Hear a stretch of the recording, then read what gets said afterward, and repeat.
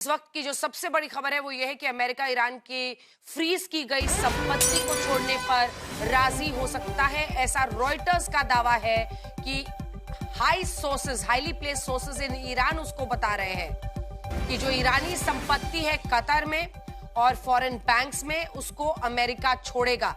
ये रॉयटर्स को बताया है हाईली प्लेस्ड ईरानी सोर्सेज ने। समाचार एजेंसी रॉयटर्स के हवाले से यह खबर है।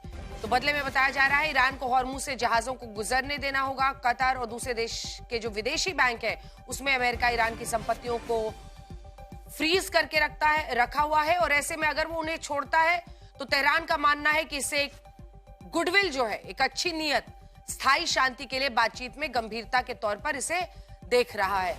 तो इस बातचीत को मिडिल ईस्ट में मचे बारूद के खेल को खत्म करने की आखिरी कोशिश भी माना जा रहा है।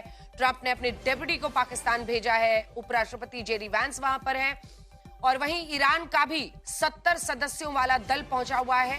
एयरपोर्ट पर खुद पाकिस्तान के army chief general Asim Munir, deputy PM Ishaq Dar, गृहमंत्री मोहसिन नकवी ने जेडी वैंस की अगवानी की। वैंस के साथ ट्रंप के खास दूत स्टीव विटकॉफ, जो उनके स्पेशल पीस ऑनवॉय हैं। स्टीव विटकॉफ और डोनाल्ड ट्रंप के दामाद जैरेड कुशनर दोनों बातचीत के लिए मौजूद थे। ईरानी दल की कमान खुद ईरानी संसद के स्पीकर मोहम्मद बागेर गालिबाफ संभाल रहे हैं। विदेश मंत्री अब्बास अराक्ची के हाथों में है। दोनों मिलकर इस बातचीत को आगे ले जा रहे हैं। इस टीम में सिर्फ नेता ही नहीं है बल्कि ईरान के जो सेंट्रल बैंक के चीफ हैं अब्दुल नासिर हम्मती और डिफेंस काउंसिल के सेक्रेटरी अली अकबर अहमदीन, ये दोनों भी शामिल हैं।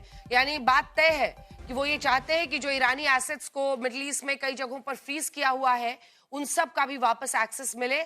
ईरान को मेज पर सिर्फ जंग ही नहीं बल्कि रुकी हुई अर्थव्यवस्था, हथियारों की होड़ पर भी बातचीत हो रही है।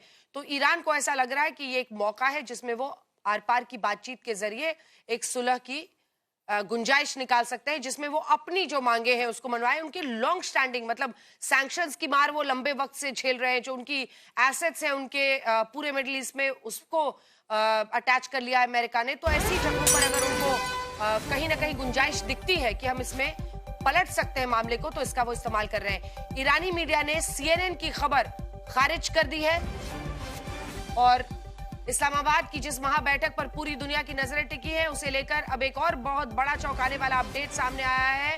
CNN दावा कर रहा था कि ये बातचीत कई दिनों तक चलेगी, लेकिन ईरानी मीडिया तस्नीम, जो कि माना जाता है सरकारी है उनका, तस्नीम ने इस दावे की हवा निकाल दी है।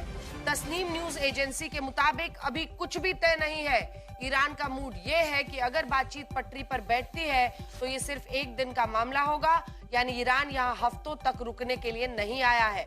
जो बात बनेगी या फिर बात बिगड़ जाएगी। ईरान की रणनीति इस वक्त बेहद आक्रामक है। वो इधर उधर की बातें और लंबा खींचने के मूड में दिखाई नहीं दे रहे हैं। और अगर तस्नीम न्यूज ये कह रहा है तो आप समझ लीजिए कि अमेरिका की ही तरफ से ईरान की ही तरफ से कहा जा रहा है। ईरान का लगभग आप समझ सकते हैं उनका IRGC का वो आउटलेट है। सूत्रों के मुताबिक ईरान अभी सिर्फ असेसमेंट मोड में चल रहा है, यानी वो सामने वाले अमेरिकी दल की नीयत, उसके प्रस्तावों को तौल रहा है। वो देख रहा है कि क्या अमेरिका वाकई गंभीर है या ये सिर्फ वक्त काटने की एक चाल है इस पूरे युद्ध में।